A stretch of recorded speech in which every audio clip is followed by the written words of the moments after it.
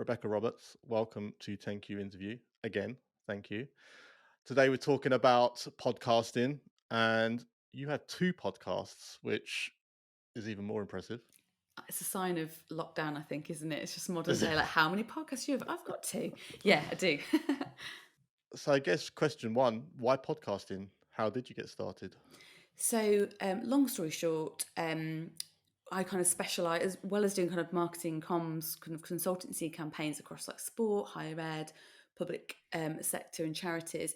A particular kind of niche interest was kind of youth marketing, and I felt out there in the ether there was a lot of kind of like trend reports and a lot of people kind of, I guess, using a bit of stereotypes and fear tactics to talk about like young people. And so I Hmm. started doing like an annual like engaging youth report and sharing that for free, and people really liked it. It was a really good way of kind of helping, I guess, upskill Marcom's requirement to engaging people better.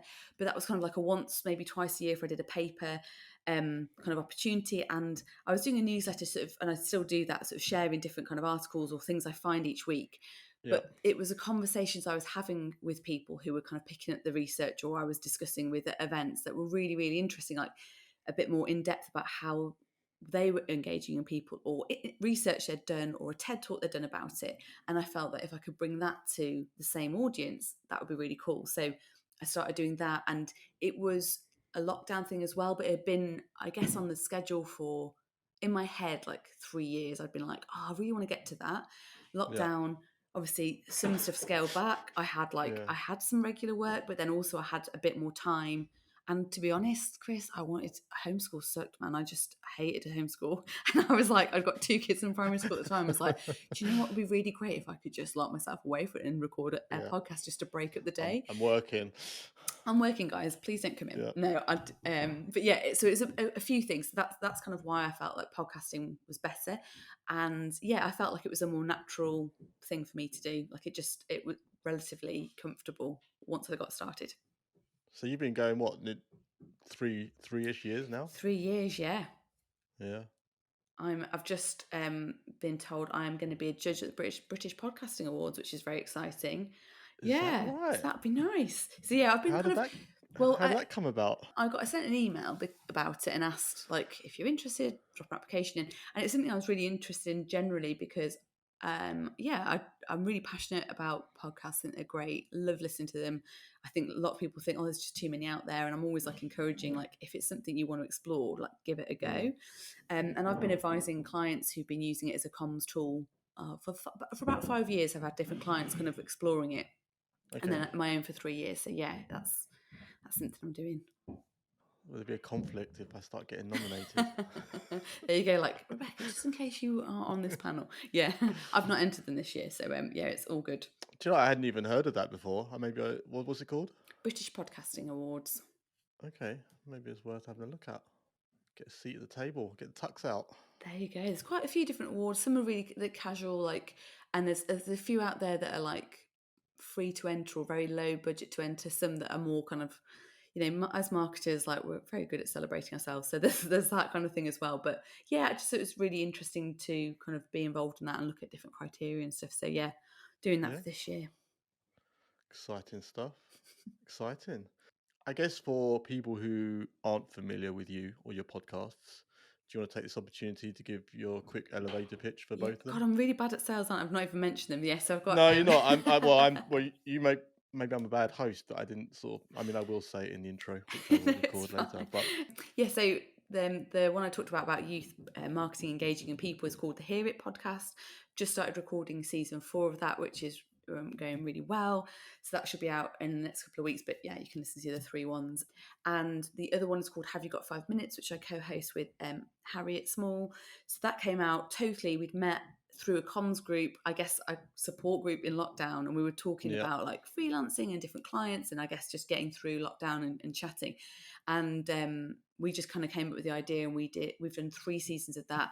Work and life has got massively in the way, and I guess it was born out of a need to be connecting with people and chatting when we didn't yeah. have normal kind of engagement around. So we will probably come back to it at some point, but that is very, very kind of short and sweet discussions And about stuff going on. And you hadn't met, had you, if I remember correctly? Yeah, that's right. We hadn't actually met in person, and we'd recorded.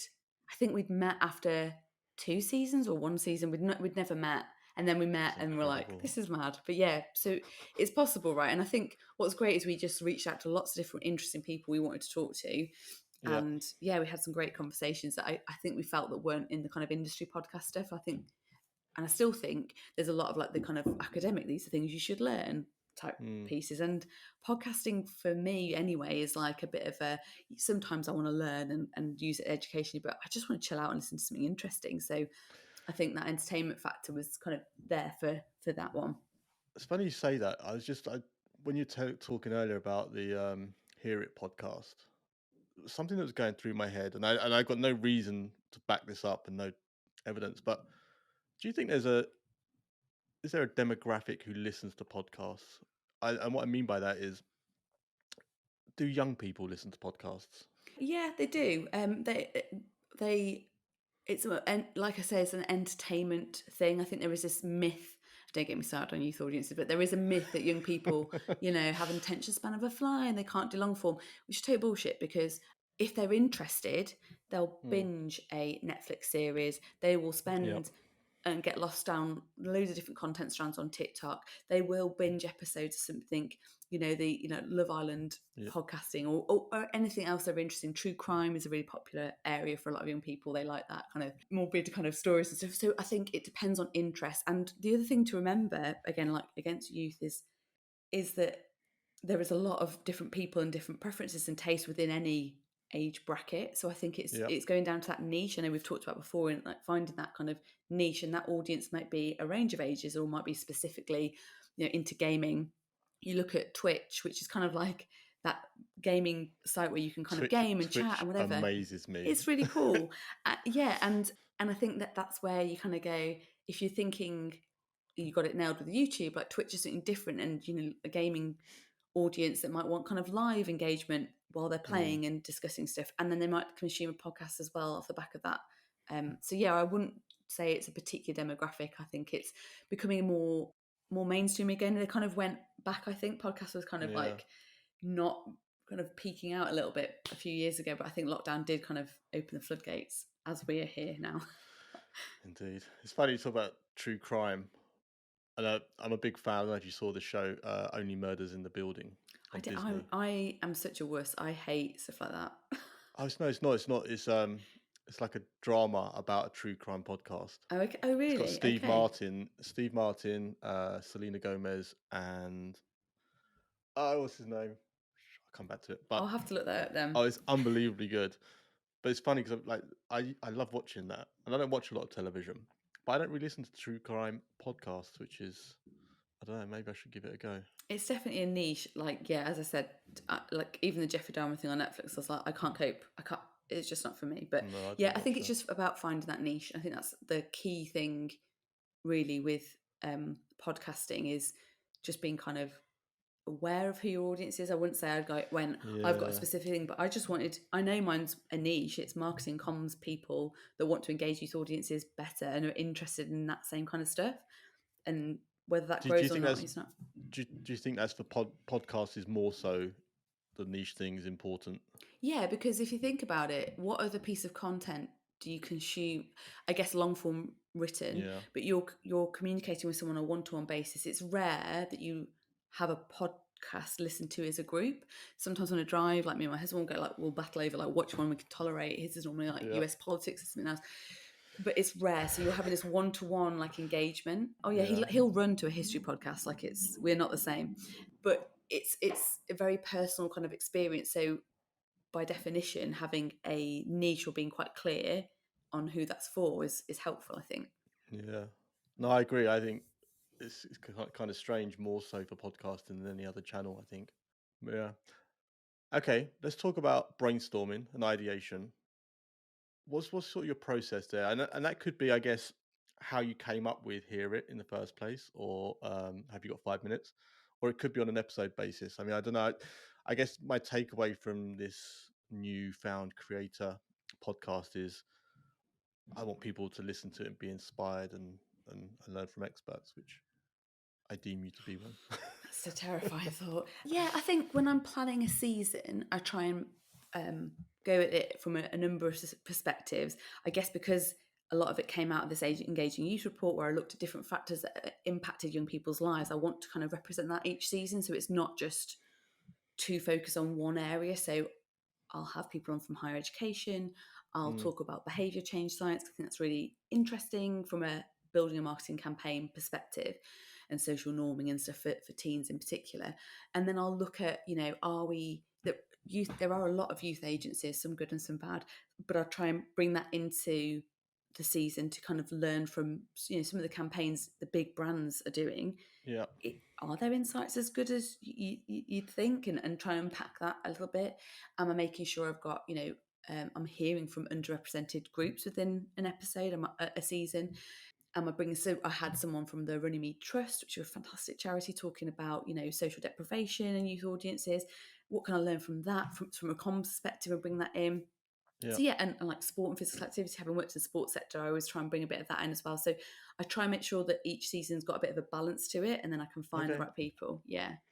When we spoke last time, you were very passionate about youth engagement, and I mean, correct me if I'm wrong, but you said that there was not very good, which is why you kind of went into it and you were trying to make it better, right? Have Yeah. you? Is that? I mean, Yeah, first of all, is that basically. accurate? Yeah, yeah. Yeah. So, secondly, and I know it wasn't a million years ago we spoke, but have you seen any change, any improvement since then? I think people are, I think the conversation's shifting. I think there's a recognition now. People aren't so shocked when I'm like, you must make sure you're paying people for your time. You must Mm, really think about, and I just had a conversation just now and I'd read an article, and I'll share the links in case anyone's interested. But this idea that there is a bit of a research fatigue amongst particularly underrepresented voices. I'm working on one campaign with young people with learning disabilities. Now there is a group in this one region of young people with learning disabilities that do kind of activities for others, and they were saying, "God, we're always being asked to do research or to answer surveys." And I'm like, "That's really interesting." And I've got some paid roles that they're getting involved, but I've recruited through a number of other different routes. mhm. And so there is a research fatigue going on. I think there's an importance of Were they people. upset that they were kept getting asked, or were they Yeah, upset I that they think kept getting asked and nothing happened as a result? I think a Or a bit both? mix of that, and I think how people research can be quite tokenistic. I think it's important that people share that insight so that we're not going to the same people all the Yeah. time, because why not? We're trying to make that better. And yeah, I think you're right. There is a bit of like, are you actually doing anything from this or not? And Mhm. also trauma informed research. So if something is sensitive, are people being mindful? Like, you're not using young people to, for the sake of it. So I think that's quite important kind of thing to have. So I do think the conversation's shifting. Yeah, I wouldn't say it's solved by any means. I still see some pretty poor approaches, but it is progress, I guess, in some ways. And I think my thing was around just sharing it with other Marcoms people, because there isn't a commercial thing to my research. It's just like I'd rather people just talk about it and make it better. So I think that's the Yeah. other thing that kind of came fitted with the podcast. It's just like another content channel for me to, I guess, market what I do, if I'm Yes. honest. Yeah. It's Yeah. a marketing tool. I don't, the whole advertising and schmoozing, and like if I'm asked about a networking event, it's just, I hate it. It's not really for me. So I feel like podcasting is like an easier way to Way to do get your that. voice out. Yeah. Yeah. Yeah. Are you proud of having a podcast? Do you tell people when you first meet them? Yeah, like I think we talked about this in the first one. Do you know what? The first season of Hear It, I didn't really promote it much, which I know sounds so stupid. I guess I did on a professional level Yeah. with I guess like LinkedIn, but I have a love hate thing with LinkedIn. But like with friends and family, I was like, oh, I've got this thing, and I was quite apologetic about it, which is just Yeah. ridiculous. And now I'm just like, it's here. It's just one thing I do, and most of my like personal network that they're not in Marcom, so it wouldn't be of interest. But some are, and some have shared it, and that's nice. And I think, yeah, I'm not apologetic. I am proud of it. I mean, last season,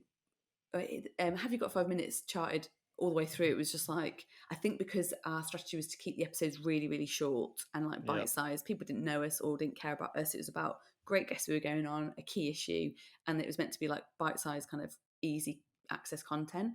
Here it's a bit different, but again, I've learned that keeping it short and sweet when people don't know you, or whatever. I Makes a think big that's difference, doesn't it?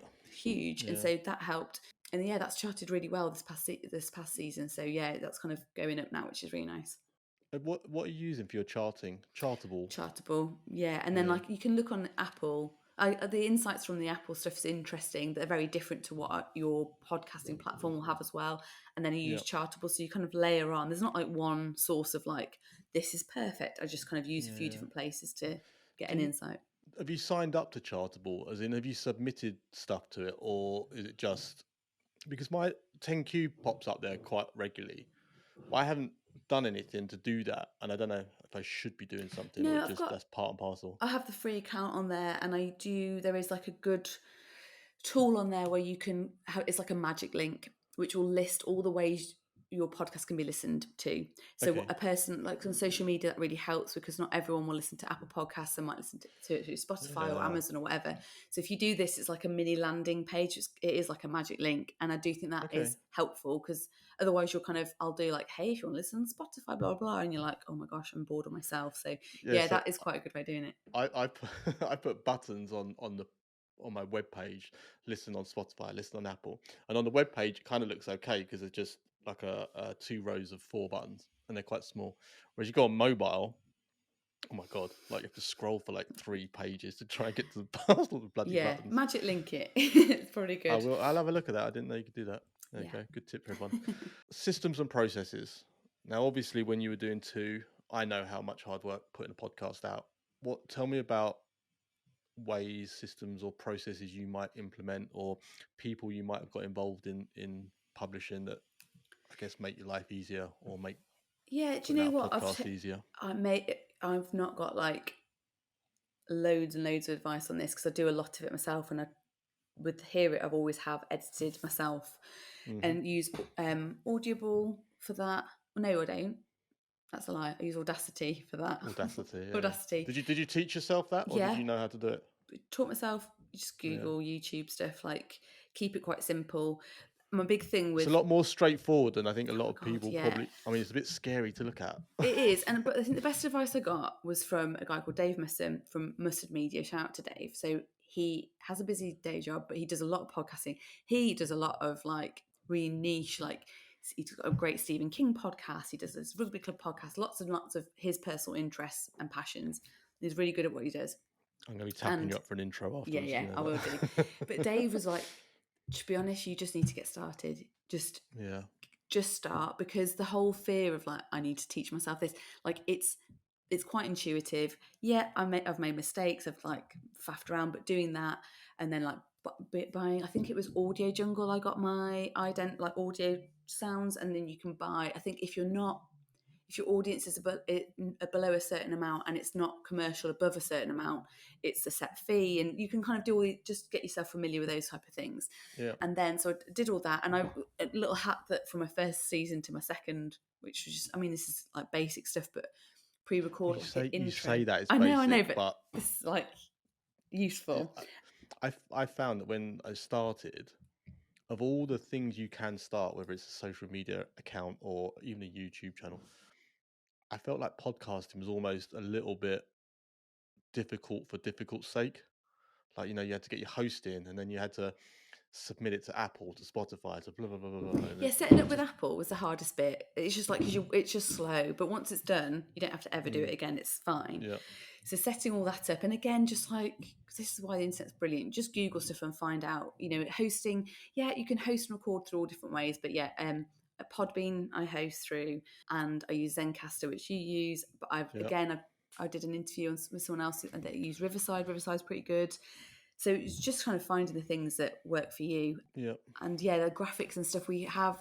I had a freelance designer do stuff for both Hear It actually and Have You Got 5 Minutes.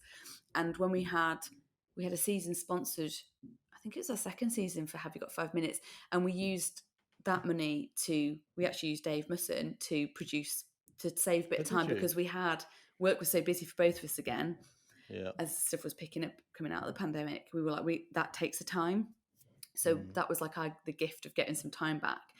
But then I do think, I mean, Dave's a great producer, but I do think sometimes actually when you're doing the interviews, you'll know what you like the most. And I think there is a real you either have to have a really good relationship. That's why I wouldn't go down the Fiverr route from a production point of view, because you lose that, like the sound bites. Like Tough, Dave isn't it? got it, like he totally knew what we were trying to achieve, so it was fine.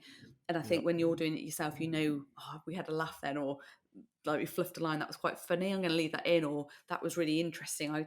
That quote I Yeah. liked. So I think that produce, if you're going to get someone to edit and produce for you, that's quite important. I think it's incredibly important. I think I've heard people talk about that from a YouTube perspective as well, as in why they edit their own stuff as opposed to outsource it.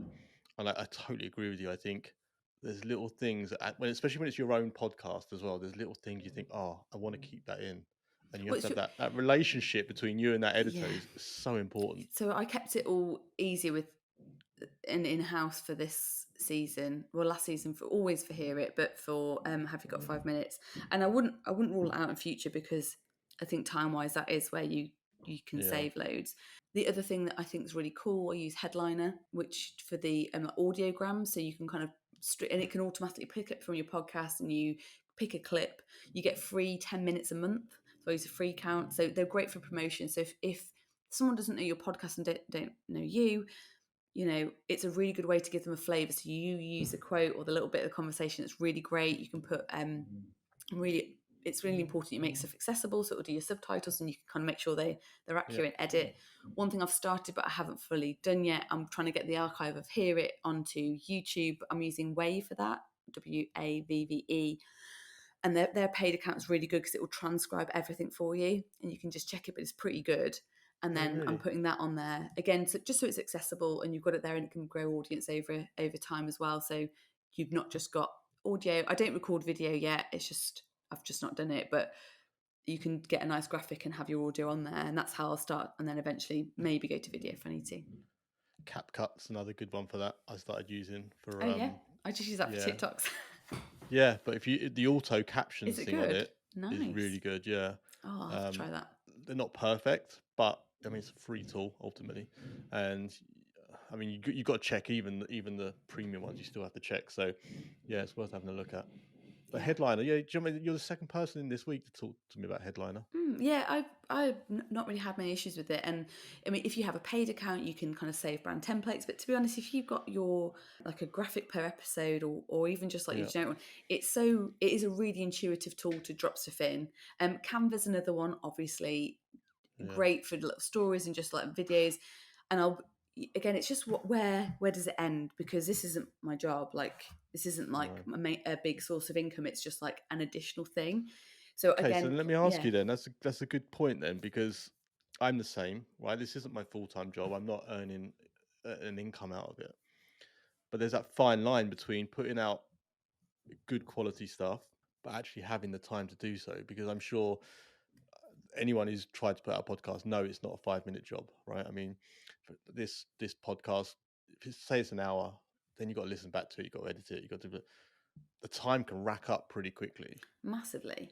And that's where I think, like I mentioned before, my one thing, and then I didn't say it, my one kind of thing I learned from the first season to second one was around saving time. And it was Yeah, around like pre-recording an intro and an outro, which sounds stupid, but the whole getting your music right and the intro bit and all the rest of it. So I'd kind of clip those and save them so that when yeah, I could just drop those in to start with. yeah, Then I listen back and I keep it. I try and keep my interviews. I'm quite good at trying to keep them quite focused, and I'll consolidate questions to try and keep my listening back time down.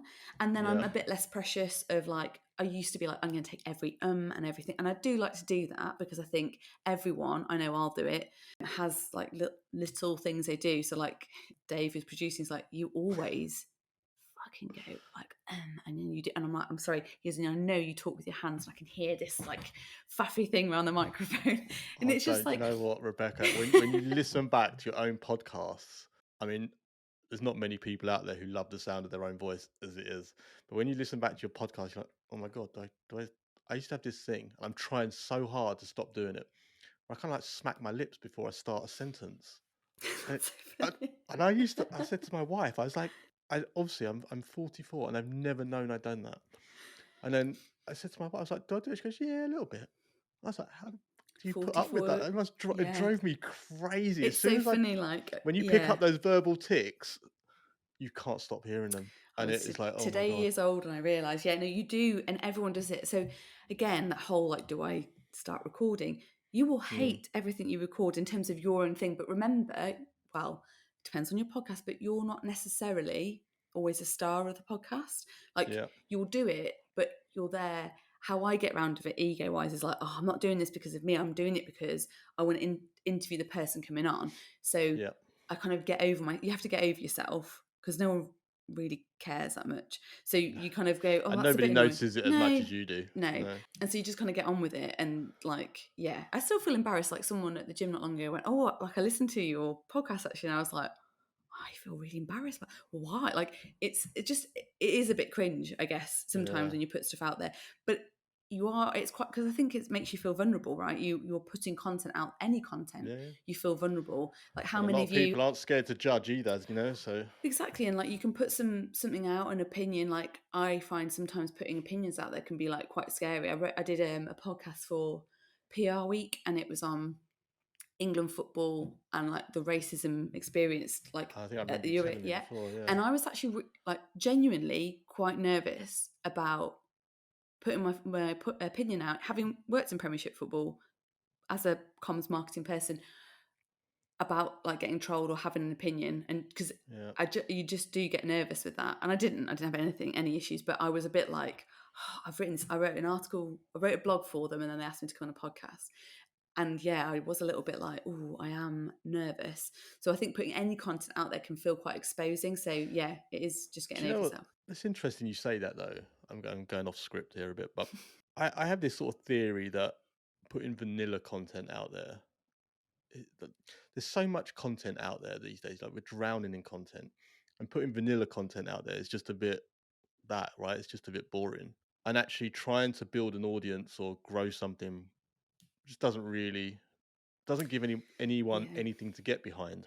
So you yeah, it's almost a really have good to have point. an opinion, right? Yeah, and I had a really interesting conversation with a podcast that will coming out soon on here actually yesterday, about AI, and we were saying like AI, like I'm sick of people having like a hot take on it, but is I am, Here but it comes Rebecca's is, hot take yeah, on no, AI. it's no, it's like it's the most revolutionary thing to have happened in comms and content for like some Mm, time, and I think there's a lot of scaremongering about it, but what it does is it enables more and more content, right? So what we're lacking, it's a great opportunity to stand out because there'll be just content out there. So yeah, having something that isn't just generic that anyone could say is even more important. So that yeah, niche and human element becomes even more important. So like having an opinion is like even more important than it was before, I think. yeah, I Yeah, agree. and I think as long as you know where that opinion is taking you, like I've said stuff before on podcasts and like been quite opinionated about stuff, and then you go, "Oh, actually, I've kind of changed on that take." But I think if you own that, it's cool. Yeah, I think it's when you kind of you want to go off on a tangent just for the sake of being like controversial. Then I'm like, I don't know, it's not my thing. no, fair enough. What are your goals with your podcast? Do you have goals? Yeah, I will be looking at making it more of a slight source of income, only because I've been asked too much this year. Could you just mention this brand, or could you just mention this event? Could you just mention Have this? you? Yeah, Okay. and I don't have a huge audience. It's still relatively niche, but for certain companies, tech companies that want to get to Marcoms, for events that want them to come, obviously. And I'm like, no. If you want me to do that, or can you interview this person? And like, that's the kind of like difficult one. I'm like, if they don't fit editorially, I'm not just going to interview the sake of it. If you want to partner the podcast, we can have a discussion. But that goes back to then. So for the Hear It, because we were getting our sponsors, Yeah, we just did a really basic plan of like what are what are our, I guess, principles, like who would we and wouldn't we want to have sponsors, yeah, where do we draw the line around editorial versus paid, and how do we kind of justify it. So I think actually, I mean, these are just little things in you that should be in the back of your mind if you're creating a podcast, but it's quite useful to put that down on paper, because then when you are approached, you go, that feels a bit iffy, or like if you want to sponsor it, that's one thing. were you approached by anyone you thought was a bit iffy and said no? It's more just like, could you interview this person, and obviously that sometimes it's totally irrelevant person. I'm Yeah. like, no, that's you're just going to be. It's just going to be a sales interview. It's not going to be PR very exercise. interesting. Yeah. So I think it's just having that conscious kind of decision on like who would and wouldn't you. Like sometimes you're offered someone, you're like, oh, that's quite interesting, and they're going to sell a book. Well, that's fine as long as the book content's going to be interesting and they're not just going to talk about the book. So I'll obviously link Yeah. it up in the show notes. So I think it's just having that, I guess, that approach. And then I guess from a commercial thing, like you won't. Well, I personally wouldn't want like alcohol gambling brands or the rest of it. Not that they would, but you just never know with youth audiences. So yeah, and I think, and I don't go too political because it's just not, again, it's irrelevant in terms of what I'm Mm. trying to achieve. So I think that's quite useful to do that when you start getting approached. So yeah, thinking about it as like a potential income element.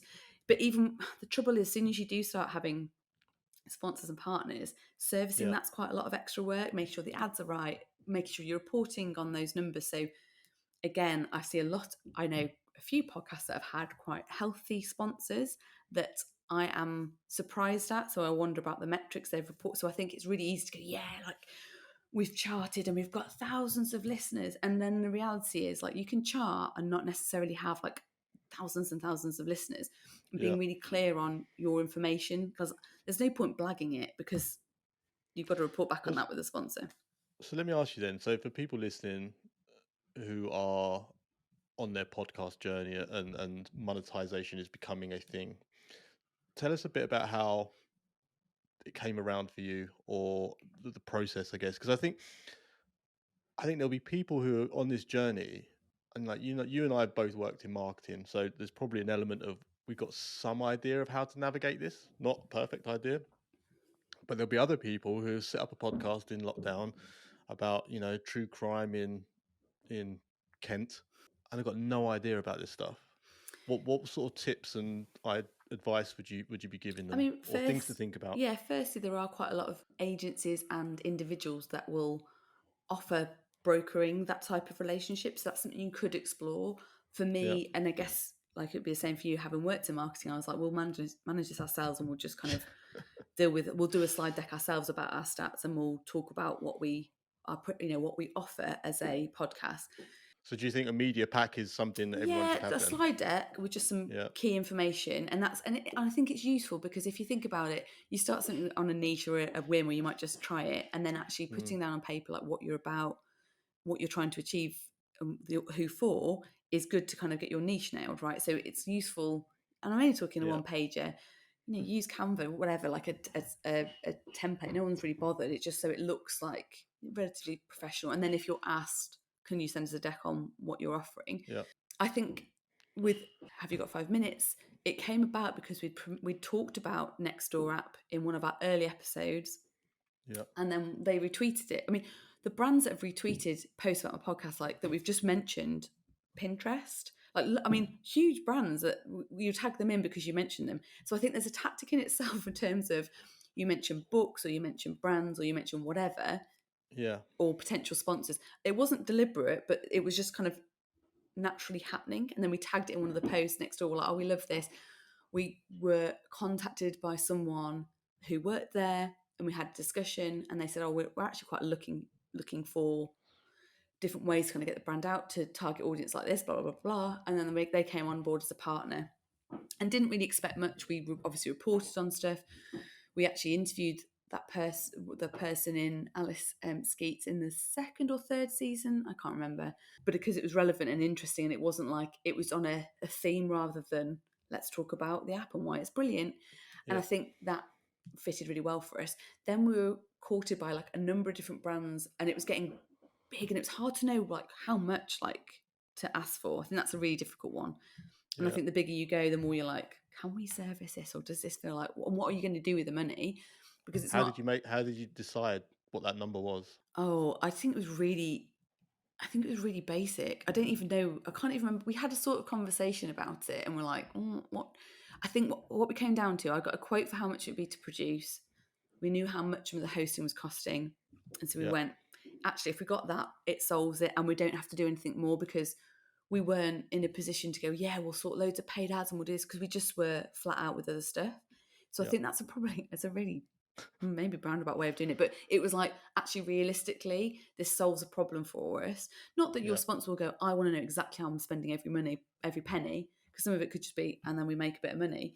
But I think for us, it was like, actually, that felt more comfortable because we knew that it was helping just deliver it that season. Yeah. I think I'd probably do that Did, again. Really, I wouldn't want it, I don't think I'd cope with it being too much more than that because but yeah. were you underselling yourself by doing that? Oh, massively. When we found out what another podcast that was having like half our listeners was getting, we were like, we messed up. No, we didn't mess up. It was just like I think I'd have felt more uncomfortable with sort Yeah. of saying big numbers, whatever. I don't know. Maybe underselling. But yeah, I think for this one, I'd rather say no if it's someone that's like, I want you to interview my CV and say my brand's brilliant and to sell. Because I just think it would make, I hate podcasts that have got like 5,000 ads in. So I think it's just that balance between what you want it to Yeah. do. Because some podcasts will do it on a like an average listenership, like how many things do the brands want to see your analytics? Do they? Yeah, normally, like the Yeah. conversations I've had recently, it's like, oh, we're kind of considering this, but I want to know this information. And I think it's really important to be like transparent with that, but also really understand them yourself. So Mm, for me, like I have really good like listener retention, so they tend to listen through right to the end. They're really repeat listeners, and I know where they're based and that kind of stuff. And that's kind of it, really. That I kind of know what those analytics tell me. yeah. So I think that's quite important. Okay. Interesting. Do you think, last question on monetization, do you think you can get it to a point where it actually not necessarily becomes a full-time job, but maybe a full-time salary? I'm sure. I mean, there's loads of people that do podcasting really, really well and have it as like a really big, I guess, Yeah. income strand. One thing I would say is, and this was just another bit of advice I got from a podcaster she's got some good sports podcasts actually. She was saying, so the automated ones you get through the Podbean, whatever, and they'll say like, you agree to ads here, and they kind of almost automatically do it, Yeah. and I that don't can be a like faff those. to set up. I don't like them, but also the challenge with those is you don't have any control over the ads. If it's a shit No. ad or if it's a really crap brand or unethical, whatever, that's not your gift.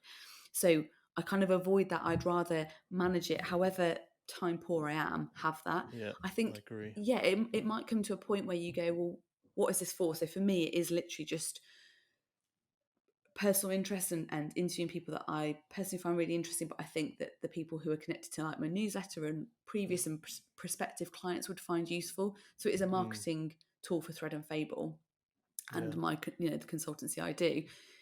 If it becomes more than that, I think that makes a decision like, do I want to do more of this or not? Because you may just, I mean, I do love it.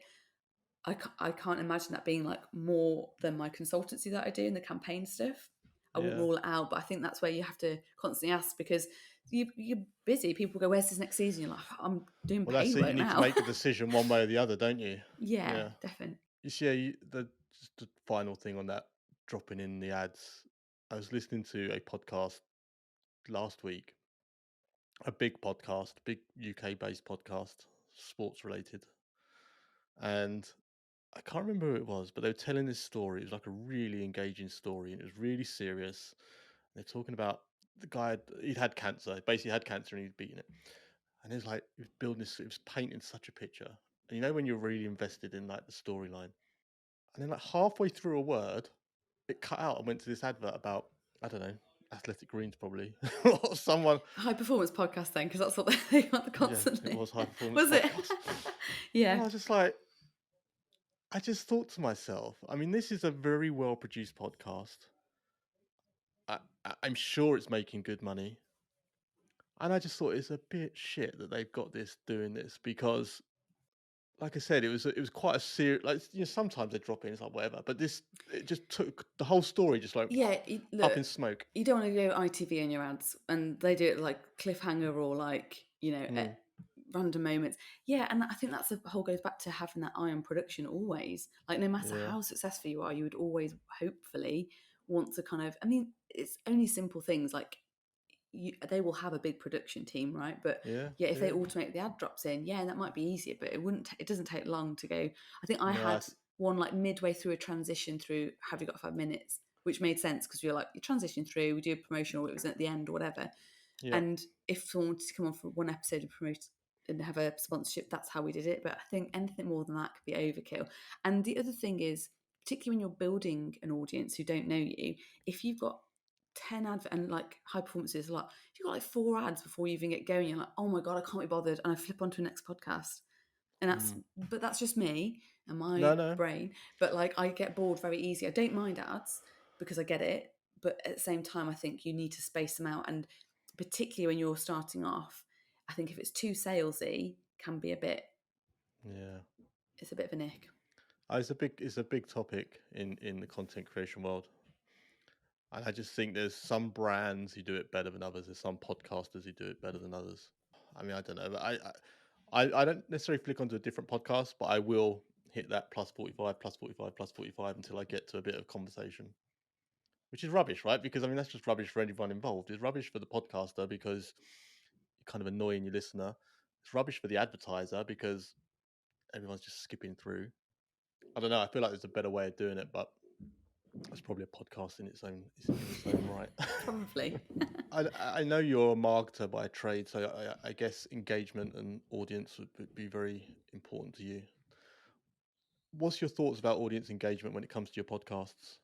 With Hear It and Have You Got 5 Minutes, actually, it was all through my personal and how it's like personal kind of like social media worlds. And I only sort of stripped out a separate Twitter for Hear It and Instagram for Hear It just because I thought it keeps a repository of the content Yeah, there and it's just focused. It's not a key thing like I must grow those channels, but it gives it a destination.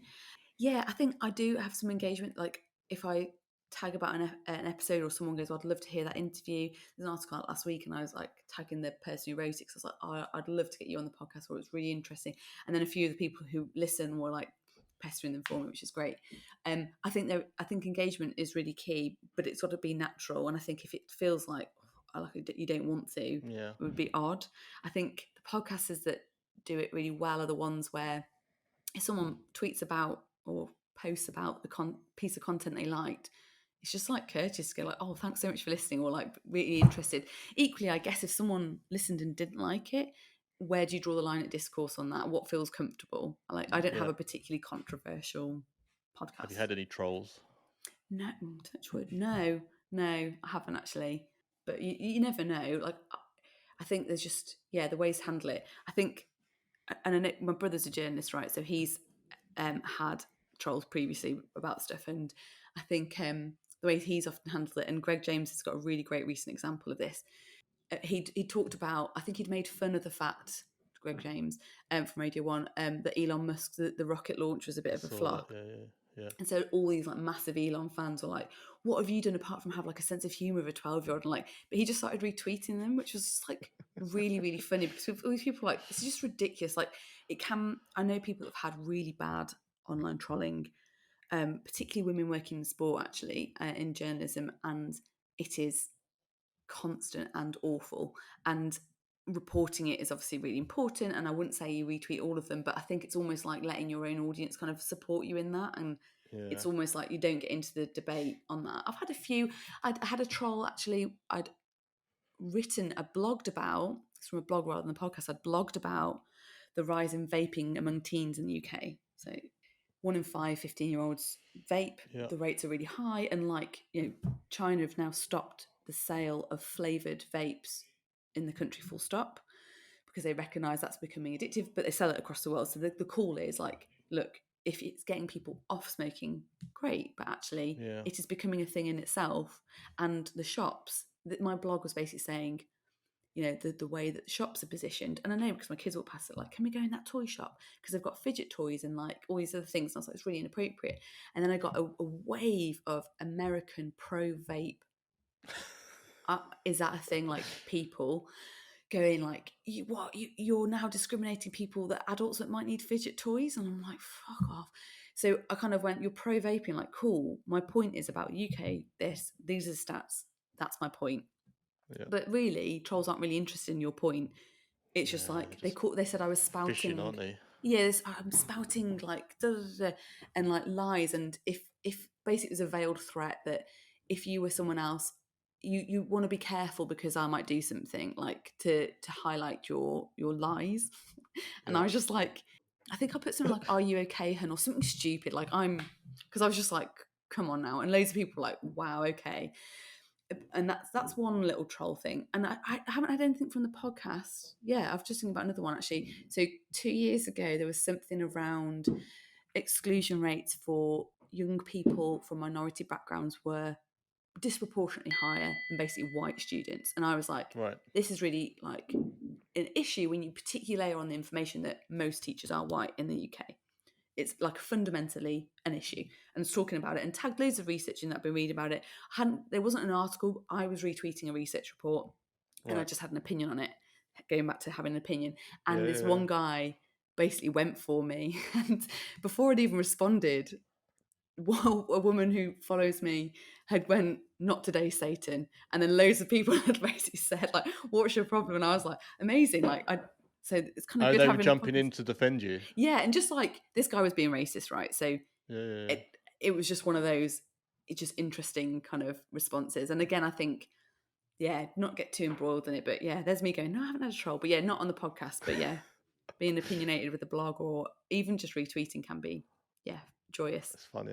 So, as we were talking before we came on, I'm now targeting content creation, and content creator economy and what have you. And I've started putting videos up on YouTube and actually putting more of an effort into the video stuff.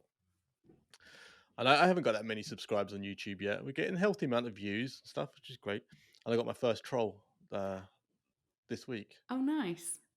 My wife's like, "Oh my god, you're right." I was like, "This is amazing." I've made it. It's so It was just funny, it's so funny, isn't it? When my brother had retweeted, he'd basically had death threats because he talked about an actor and said, yeah, he's a movie critic, right? So anyway, he's had this stupid response, and he'd retweeted a really vile message he'd received, and then it got received some more, and then he had a DM from the troll saying, "Hey man, could you retweet this other thing I'm going to say about you because I got so many likes, like I felt like I was going viral before." And I was like, wow. Oh yeah, mate. Let me just get right on that for Oh you. yeah, no, I'm really worried about your audience. Like, how amazing is that? So, I think that when I've done But that's crisis why they're comms, doing it, yeah, of right? course, I mean, crisis comms advice 101, like they want attention, they want a yeah. response. So the best thing is genuinely just like ignore them. But yeah, what was your troll about? Oh, he said. So I put out a YouTube short from the first episode of the new format, and he said, "This is the most boring short on the most boring topic, with the most boring two guys I've ever heard or something." It's great review, Chris. Like, And I was like, I sat there for about 5 minutes looking at it. I was like, what are you talking about? It was a good bit of content. Like, it was about newsletters. And it was like, if you wanted to write a newsletter, this is but to like go to really, really good one. what amazes me with any troll, imagine going to putting enough effort into your day going, I don't even respond to like calls and messages Right. half the time, to go to the effort to go, do you know what, I'm so annoyed about that, I'm gonna, like, it's a bizarre thing. It's really Do you know what bizarre. was really funny though, Rebecca? What really tickled me was I went on his YouTube channel. So obviously it was on YouTube and it has his username. So I clicked on his username to have a look. And he's had a YouTube channel for 8 years. And he had something like, I don't know, 20 subscribers. And every video he's put out has got like 5 views.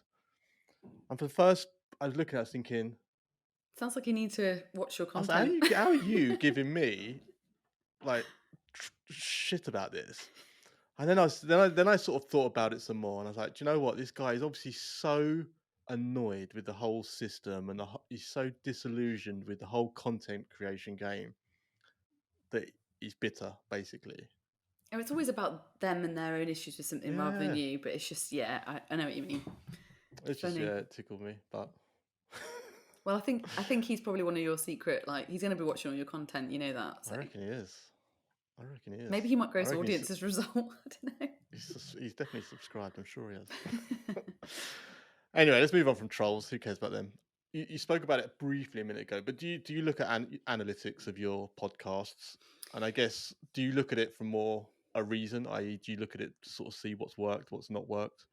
Yeah, I think it's really, sometimes what's really interesting is you'll do an episode and you're like, oh, this is amazing. And it won't resonate as much. Yeah, And it's hard to really pinpoint why. So I think it's sometimes really good to listen to those ones back, because the successful ones, yeah, you learn from that. And you're like, oh, people really, or more from a certain sector that I engage with, like higher ed, for example. will be really interested in those from higher ed. So I Mm, will I'll have a little bit more in higher ed this season because I know that my network really like that and it's really helpful. yeah. Um, so sometimes that can inform like who you might get on as guests, but sometimes it's like, oh, why was that not? I thought that was really interesting. Like, why not? And it might just be that it's quite they are not very well connected to people who already listen. They're very different, very Yeah. different. But I like bringing that. It's important to bring voices in that not everyone's heard on every other single podcast. So it can be a mixture. Sometimes you'll interview someone with like an amazing. I interviewed Bruce Daisley last season. So he was a former VP of Twitter in the UK. He's really good author. It's got a huge audience, great podcast, Eat, Sleep, Work, Repeat. And I'd like approached him after a really cool blog he did, criticizing kind of like Stephen Bartlett's thing about he basically called Gen Z even more snowflakes than millennials. And I was like, oh my God, like you'd have moaned about this, Stephen, like a few years ago. So he'd done this really good blog on that. And I was like, hey, kind of a cheeky request. I really like this. This is what I'm doing. Would you be up for it? It's a very niche podcast. He was like, yeah, cool. So I interviewed him and I was like, I'll tag him in, but I don't expect him to retweet. Sometimes you'll get someone that agrees with your podcast that's got a Yeah. great audience and you want them to retweet and or like Mm, share it and they don't. And you can't like force them. You just hope they might be interested. He did. And that episode did really well. So like obviously those people with established audiences like can help. yeah. But not as well as someone else that didn't have as big an audience, but it just really, really resonated and it charted better, which is just mad how that kind of thing can happen. So sometimes there is no rhyme or reason, but that's why it's important to look back. And I think as you're posting them out, make sure you understand what your marketing activity is doing. So the first 4 days are really key.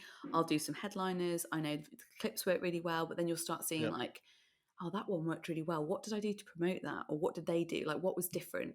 Because you then can constantly go, oh, I need to do at least 3 posts on that channel and a couple there because that seems to be a good Yeah. formula. So yeah, I think that kind of stuff, only that level, because you can get really obsessive, like how many people listen to it now. But Yeah. Yeah. it's good to have a little look. Is there a channel that you think performs on the whole better than most? For me personally, because of it isn't like an entertainment thing, like LinkedIn and Twitter are where I'll talk Yeah. about it most because that's where like my audience is going to be for it. It's I also really find that the groups you're connected with. So I'm on Guild, for example. I'm on quite a few LinkedIn groups. I don't like to shit post because sometimes you're like, oh God, here she comes again. Like I'm not active all the time professionally on social media because sometimes I'm just like heading to work, kids, Yeah. busy, blah blah blah. But I think if you're in connected groups, that can really help because they kind of know you from other conversations. Yeah. So Yeah.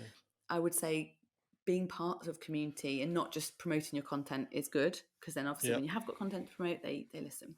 I'm gonna ask you a couple of quick questions, just on based on what you said a minute ago, and I think people who are listening might find it very valuable. How do you approach guests? Sometimes it might just be because I've seen something on social media, but it can sound like a bit of a shitty flex, like, hey, come on my podcast, or like, oh, um, so I'm really conscious about how I do it. But genuinely, often I'll approach them, but I do my homework a bit. If it's someone that Yeah. I'm like, I would love to speak, there's a few in my head at the moment that I am hoping to approach. I will think about what have I read of theirs. Like, there's a bit of flattery involved, I guess, but Yeah. for me, I'd take it beyond that. It's flattery, but it's relevant. Why are they I guess relevant it's to a come on? thought process as opposed to just like Did firing out and I've 500. I've made my mistakes. Like I have connected with some people on LinkedIn, and then like it's been one of the first things I've said, like, oh my gosh, blah blah blah blah. I'd love you to come, and it's like actually asked them to do something like that's kind of embarrassing. Like, but Yeah. you shoot your shot. Where I've had more success is where I've gone, hey, I've connected with someone or I've read something they've done, and it's very specifically clear why I'd like them to get them on. Sometimes it's schedules, and sometimes guests have said to me, "What's your audience?" Yeah. before coming on, but then coming on after. But that's fine. Like I get that because they must get lots of requests. So I think I'm honest with them, and I'm like, look, it's a niche podcast, but I really want to speak to you about this, and yeah, and try and go for it that way. Okay. Good advice. The other question I was going to ask you, you mentioned about people sharing. I think we might have talked about this in our other podcast, but is there anything you do with regards to encouraging people to share the episode once it's live? Because I know for a fact exactly what you said. There'll be some people, and I think, do you know what? That was a killer episode. and you get all excited about it, and it goes live, and you're like, right, wait till I tag them in LinkedIn, and then they'll share it with their audience. We're going to go viral, and Oh, it's just don't. tumbleweeds, and you're like, oh my god. Yeah. And I always find it really hard, like to sort of like some people will say, I just ask them. And I'm like, oh, I mention it kind of in the interviewing process. So I just came off one before I came to you. I'm like, hey, so I'll let you know when it's due out. I'll send you some assets and I'll tag you in the social post. Kind of yep, like there is an expectation type thing. But obviously, you can't really expect. What I do find tends to work well is if you either got nice graphics, nice audiograms, nice bits of content that you're going to give them and go, hey, episode's out oh, tomorrow. that's interesting. I'm just going to show you these in case you want to share it to your networks, because you're giving them some content. Because to be honest, sometimes you're like, oh, what do I post? Like if you're busy, I had one Yep, guest that didn't do that and sent him all the stuff, and I was like, actually, and I you joked told about it this the other story day. I before. told, and Yeah, I literally just did it when I spoke to you, and I was like, I had social anxiety that I'd pissed him off or he didn't like the yeah, I episode. remember you saying, yeah, And then yeah, he yeah. got back to me and was like, oh my God, I'm so sorry. I've been away, blah, blah, blah, blah. And we joked about it because I was like, I was like absolutely mortified that he didn't like it. And he was like, oh no. And he did the most lovely long LinkedIn piece about it. So sometimes it is just genuinely they're busy with other stuff. And I get it Yeah. because sometimes I am. But I think if you can be helpful in the sense of, hey, I've basically created some content for you. If you want to use it, great. Most people go, oh, cheers, actually, thank, because they came on your podcast. Some have asked me like, can can I get the audio or video from it because I want to use it on my own channel. So I Yeah. think if you can provide content back in the creator economy, that's a big thing to like helping them promote it, I think. Do you know that's something I don't really do, and I don't know. I hadn't really thought about it, but you're 100% right. Like you make it easy for them. It's one of those annoying things in hindsight. It's so bloody obvious. I You, know. but you make it easy. Like how many times have we sat in front of our computer trying to write a LinkedIn post, and you get, oh, what should I write about? So you almost put it on a plate for them. They can't help. Yeah, well, it's just, and if they don't want to for whatever reason, sometimes I've had it before where someone's actually left or leaving a company and they were like, oh, I feel really awkward. In fact, my first ever episode that I recorded for the Hear It isn't the episode that actually went out.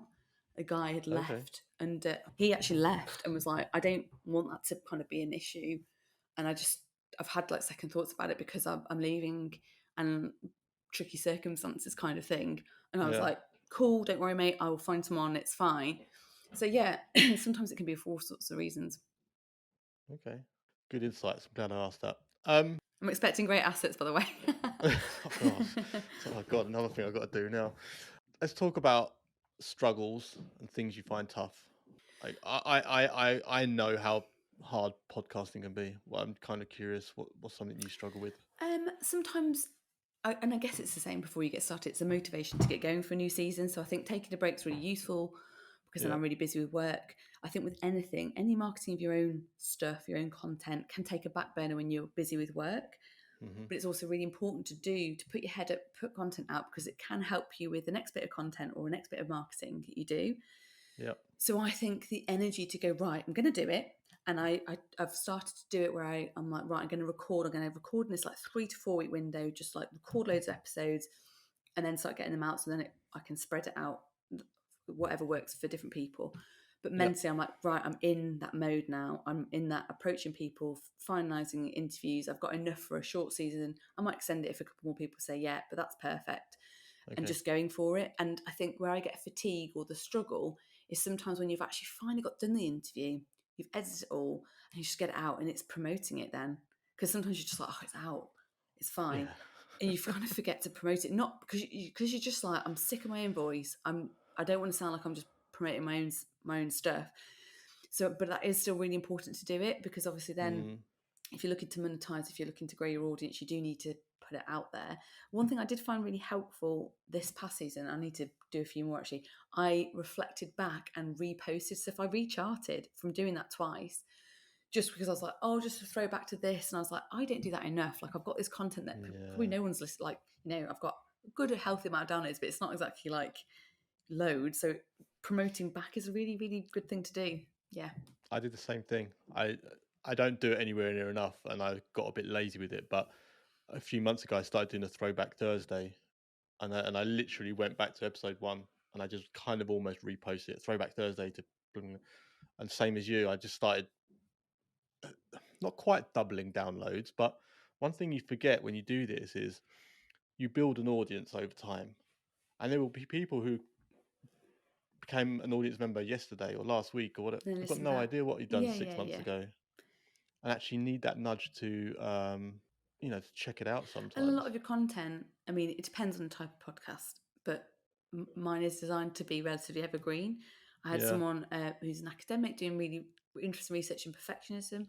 Like, so I think keeping an eye on like when can you bring it up at appropriate times, not just like, oh, I did a podcast on that, but not being afraid to do that, because why wouldn't you? I, Can you imagine like I every do comment that. on LinkedIn? Yeah, I do. Yeah, it's funny, isn't it?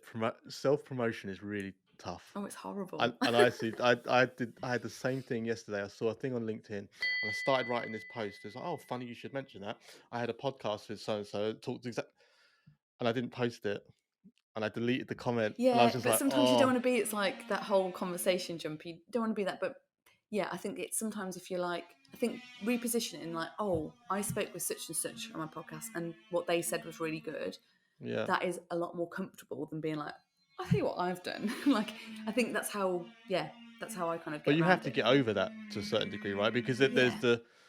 there's the people out there who will give couldn't care less and will just post it and post it and post it, and then they will get growth from that, and it's something that I struggle with, and I Well, probably just shouldn't don't as. forget with Twitter, like you can post something and only a small amount of people will see it, Mm, and reposting it, a different audience will see it. Like some people, yeah. yeah, they might see all your posts, but that's unlikely. Like really, Mm, genuinely is unlikely. So I think sometimes you're like, oh, should I tweet that about that again?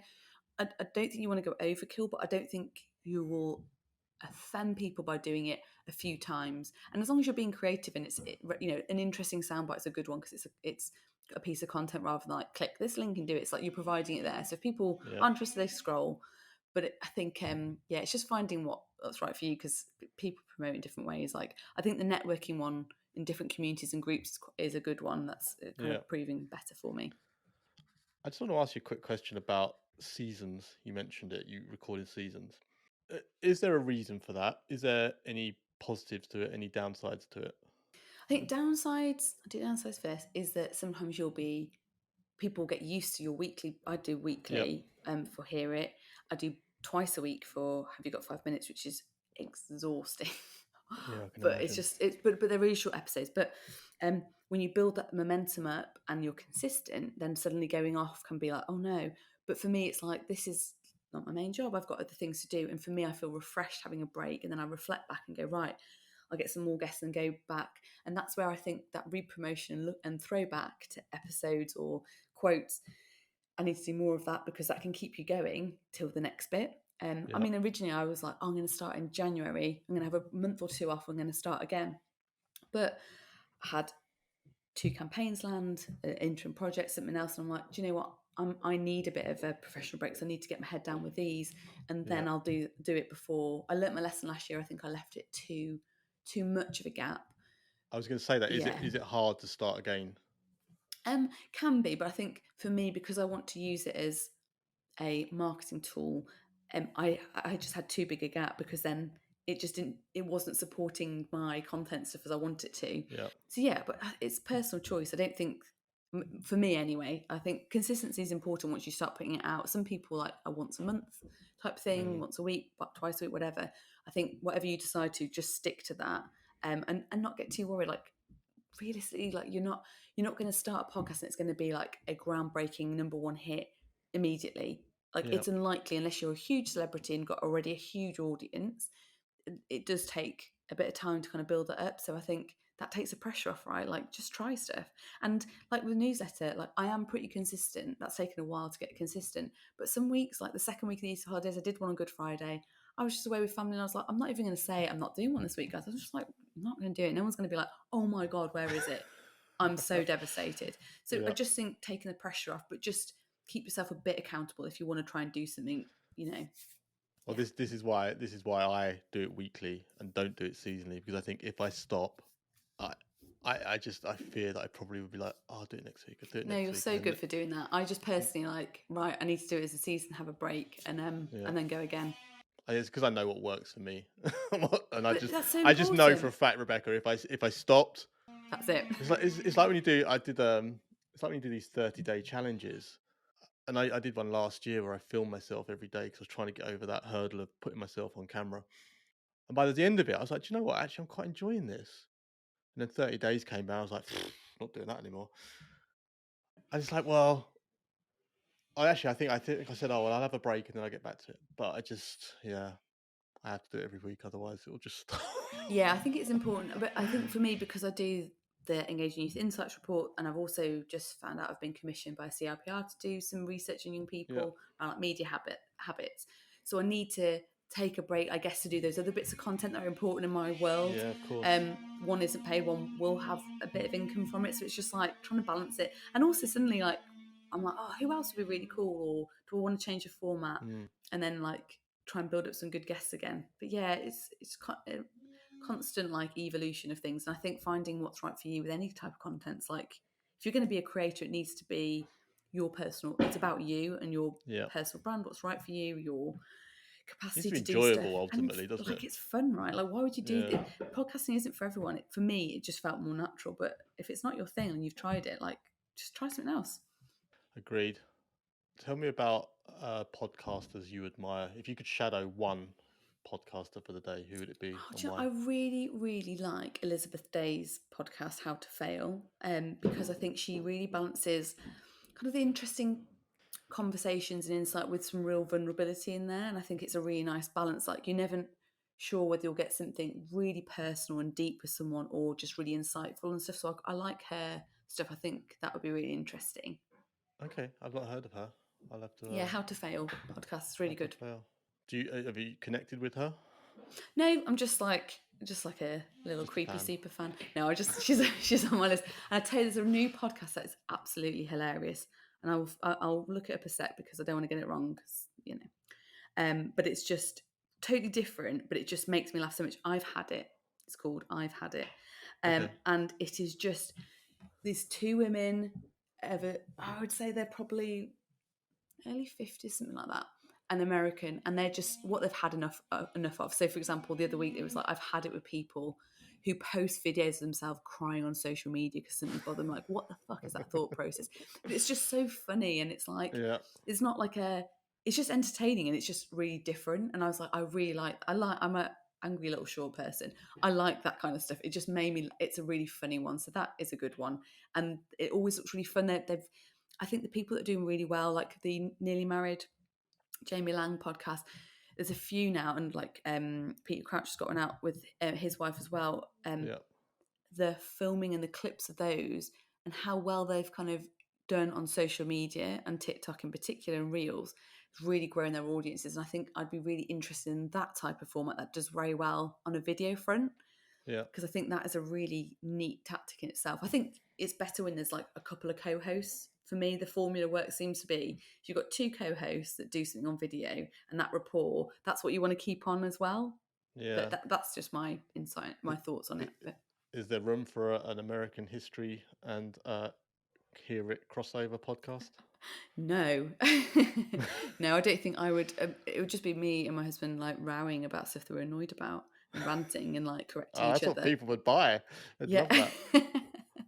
Yeah, I don't think the world's ready. No, but I think also a lot of people I know have my podcasts are quite work related, but a lot of them people do have stuff that's just like personal and fun. So Yeah. I think if it's even if your hobby, I think that is really can be a really nice escapism. I know someone I that's mean, got one on Mad Men, and her and a friend talk about.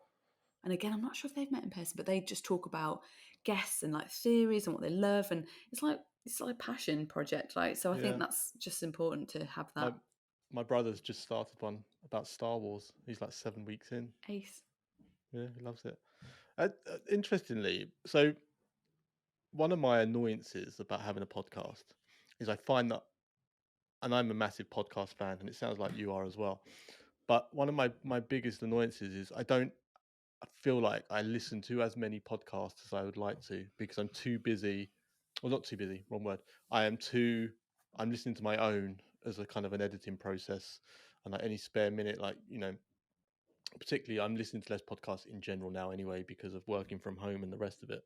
Do you find the same? Do you? Yeah, Yeah, massively. I listened to more. So one of my clients last year, I had quite a big commute, and I'd go to them like 2-3 times a week, and I had like an hour there, and in traffic that was like Yeah. 2, and back sometimes, and I was listening to loads, and I had a real variety, and I loved that. Like driving Yeah. and Yeah. podcasts is like, I love it.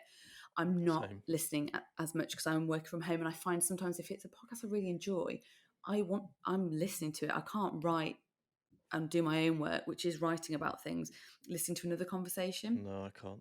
It's just not, I can't do it. So I literally was thinking yesterday, I need to build in break, like walking time, just to kind Yeah. of go out for like half an hour so I can chill, listen to a podcast and refresh, just come into the, I've got several projects on at the moment. So it's kind of good to have a little bit of a mental break, but I need Hmm. to build it in, because if I don't, I won't do it. And then I'll just get to the end, oh, I've seen like loads of podcasts that are my podcasts that I listen to that I'm just not having time to do it. And because I don't have that commute at the moment with my clients as they are, I'm not as listening to as many. So yeah, I totally sympathise. And I think because going back to that point I made about being real one-to-one experience, it's Yeah. just building that time, isn't it, in your day? Like when could I listen to something? Like when am I having that Mm. time just alone with my thoughts?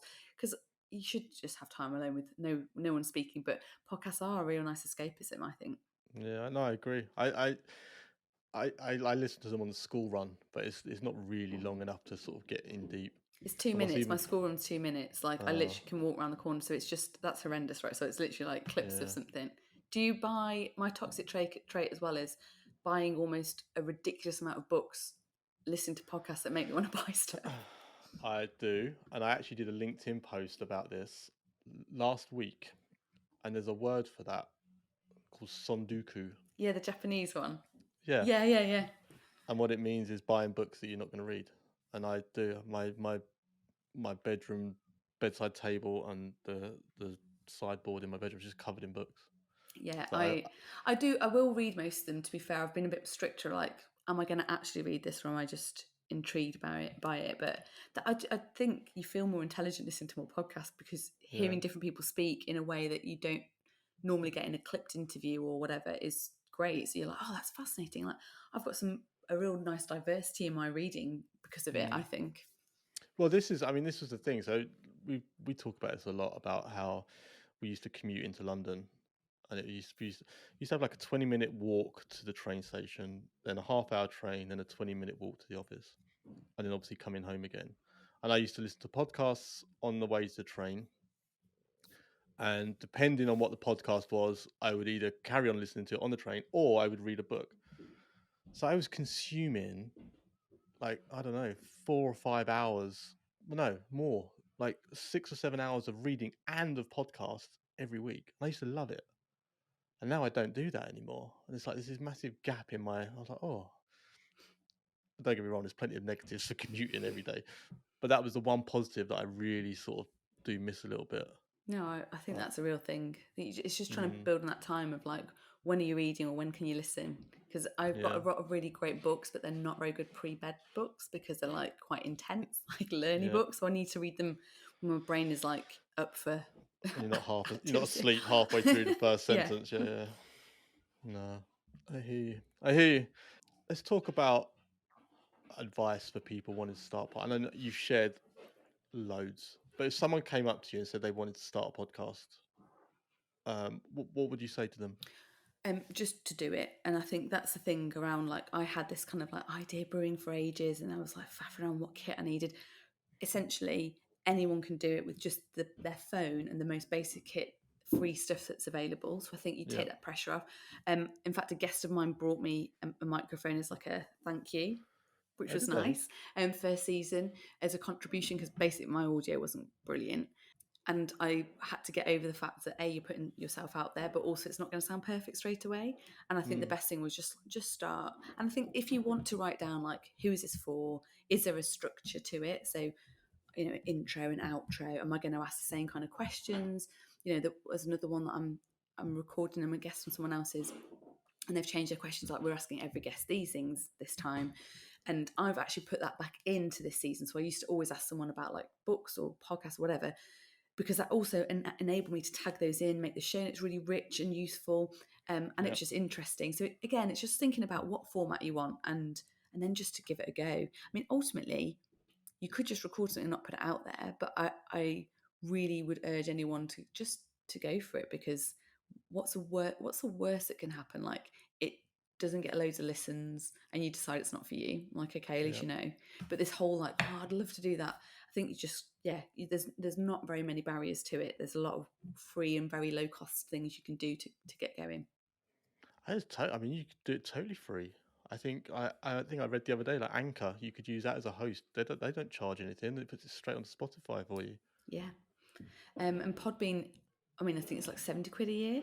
It's not even that Yeah. much. And that automatically posts for you. So I think there's lots of free and low cost ones now available. So yeah. Mm. And also, the other thing, I think, if you're like worried about, oh, people won't be interested because there's enough on that already, um, there's very few completely original ideas, firstly. But secondly, when you listen to some of the ones you like or in the air, not even some of the really big ones I know, the audio isn't perfect. Like, oh my God, like No. really isn't. So just like take that pressure off, because I think a lot of people are like, oh, will my voice sound professional enough or whatever? Yeah, it's just, I think you just have to go for it. I think it's interesting what you said about like will not many people listen to it. I think with technology the way it is and the internet the way it is, even if it is as niche a topic as you think it is, the world is at your feet, right? There are communities out there of people into X, Y, Z, and whatever that you will find. I think. Yeah, and you're doing it Yeah. because you're interested, not because you're like obsessed with everyone else. Like, you are doing it for an audience, but it's because you're interested. So I think that it's a funny bit of content, really, isn't it? Because often you're thinking about, I need to reach as many people as possible, but you're reaching a similar group. So yeah, it's a different, it's just a very Yeah. different medium. And I think that takes it, for me anyway, it took the pressure off. I was like, well, if some people listen to it, great, but like like it's nice. It's a useful thing. And I think it's the people that will connect to me on social media or start following me or drop me a message now and again saying, oh, thanks or whatever. And yeah, Yeah. that's cool. Like, I think I've not got any bigger goals or aspirations than that at the moment with it. So yeah. I did the same thing when I started. I said to myself, I know I want to do it, and I'm going to give it a try, and I'm not even going to look at analytics for 12 months because I don't care, because I just know that the reasons I want to do, I want to try it, and I don't want, if I've got no audience or whatever, then I don't want that to put me off, because you don't learn anything from doing a few episodes anyway. So if I came back to you in 12 months' time and you said to me, Chris, you know what, it's been a really good year for my podcasts, what would have happened? I think probably having, at the moment, it's totally squeezed in on everything else I do. So Mm, I think I'm at a point in my business, I guess, and I guess podcasting as well, is like, if I want to scale or move things forward, something's got to give at some point, because there is only yeah, just one of me. So it's whether either through sponsorship or through my work scaling, there are things that happen that enable that to happen. And I've spoken to quite a few of the podcasters who are at a similar point, like, this is like the side bit and whatever. But yeah, that'll come a point, like, it'll either kind of sustain itself pretty neatly, and enable me to kind of spend enough time on it to make it more regular, as well as do yeah, my other campaigns of my actual work. And also the guests and stuff. For me, the success is like, oh my God, I can't believe I've got this and this person on, and then this conversation did really well because it was like really groundbreaking. It's just talked about something we don't talk about. That for yeah. me would probably be more successful than getting a sponsor in analytics, to be honest. So yeah, that when someone says, yeah, no, I want to come on, or like, yeah, I'll do something, that's a great feeling, right? Like, it's really nice to Yeah. get kind of have those conversations. Is there a particular guest that you have got your eye on, or you There's always coming on? always a few. There's couple coming on that I'm like, that's cool. And there is someone that I'm about to ask that I've actually met them a few times through sport, but I'm not sure they'd come on. But then you just never know till you're asked, do you? So I'm going to shoot my shot. You have to shoot your shot. I do. There's one I've got coming up, which I took a total punt. There's just like I sent them a message, and they're like, "Yeah, sounds good." I was like, But "What?" but that's the thing. I think it's almost like we said before. Do a bit of homework on the person. Why do you want to get them on? Why is it relevant to your Mm. audience? You don't have to be like a big kiss off, but saying like, "Look, I'd love to come on because of this. Da, da, da. What do you think?" And why not? Like, Yeah, I mean, seemed they don't want to feel like you've just spammed 500 people with the same message, right? They want to 100%. feel like actually this person And is I had interested. someone say yes, 18 months ago, and I really want to get her on, but her business and everything she's doing is so astronomical, like so crazy. So it was like, yeah. I followed up. And then we've just not, her schedule, my schedule, it's just not happened. It will eventually Yeah. happen. And sometimes you Mm. just get that and you're like, oh, never mind. But what's great is because I do seasons, there was someone I wanted last season that because the World Cup couldn't get, and was really busy out in Qatar, blah, blah, blah. And then it's fallen for this season, so it'll work. And sometimes Yeah. that's just, if you've always got like your eye on next, you're like, come to me and like, let's have a chat. But yeah, Good stuff. You mentioned your newsletter a couple of times. I want to yes. promote it because I am subscribed to it and it is a good read. Do you want to give a Thanks. quick elevator pitch on that? Yeah, so that effectively is everything that I see in a week or so that is related to children or young people, particularly in the UK. Sometimes I have some international stuff, so it'll be links to research, articles, just stuff going on. So if you have young people as an audience group and you're trying to market or communicate Yeah. with them, it's just handy. It has some like interesting Or stuff. even if you're just a parent, I mean, the I parents, share the yeah. articles quite often with my wife that you send through. Some of the stuff like TikTok trends or other stuff, sometimes it's like the whole Wes Anderson stuff. So last week it was like, if you're working in higher ed and you're not using the Wes Anderson thing on TikTok, I like, mean, your face, Chris. there's some trends I've seen. That Wes Anderson one is just bonkers. It's bizarre, but it works well. So how I try and do it, it's not just like my pet peeve is like, oh, look at young people doing this crazy thing. It's more just like, okay, so if you are a university, this is a really great way to show your institution off. It's like they'll get it, but Mm. you'll be able to just film like your library or someone do. So if Newsnight did the Wes Anderson one, if you've not Did seen the they? Newsnight one, it's so good, Oh, really really I'll good. link to it. I'll link to it in the show Um, notes. Yeah. so yeah, it's stuff like that. It's not all trend stuff, but it's some fun stuff, some serious stuff. So the one today had something from Liberty. So they're a charity. They've brought 9 youth organisations together, and they've released a paper and a campaign this week talking about how to tackle youth violence through non-policing measures. So this is Right. all stuff that I consume regularly to inform my engaging youth report. But that report's like once a year, so I compile everything and do it. But like there's stuff going on all the time, right? So when I do I've done quite a lot of workshops and training on engaging people, and the consistent thing that was coming was like, oh, can you send me the link to that? Can you send me a link to that? Well, I don't have time. Like, I'm not going to Yeah. remember. Is my honesty, like, not time, but I'm just not going to remember to send people. So I was like, actually, a newsletter is. I don't sell stuff on it. Like, it's not ads. It's just like, hey, this is just like a quick fire. It's pretty quick and dirty. It's not really slick or anything. It just will share stuff if you're Yeah. interested. So yeah, that's kind of like pitch. That wasn't an elevator pitch in any way, but yeah. No, but it is a good read, and I would encourage anyone listening or watching this to sign up. Thanks. I will also encourage people to sign up or subscribe to both of your podcasts.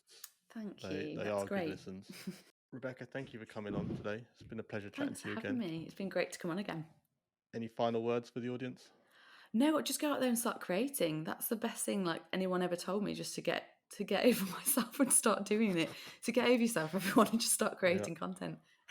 It's amazing how quickly you sort of just forget the reasons why you put it off. Yeah, and I think that's the thing. It's like, what's the worst that can happen? Because it probably won't be that. Like Yeah. you offending someone or getting trolled. Like it's yeah. I think just doing that, and then at least like the worst thing is to think, oh, I should have done this years ago. I think I heard a That's saying the the other one, day, it was yeah. like the best time to plant a tree is 20 years ago. The second best time is today. And I know it said cheesy, but I'm like, it is so true just to get on with it. It is. And I think that is, I've heard that before. It's very true. And I think that's a great place to finish up. Rebecca, thank you so much for your time. Thanks for having me.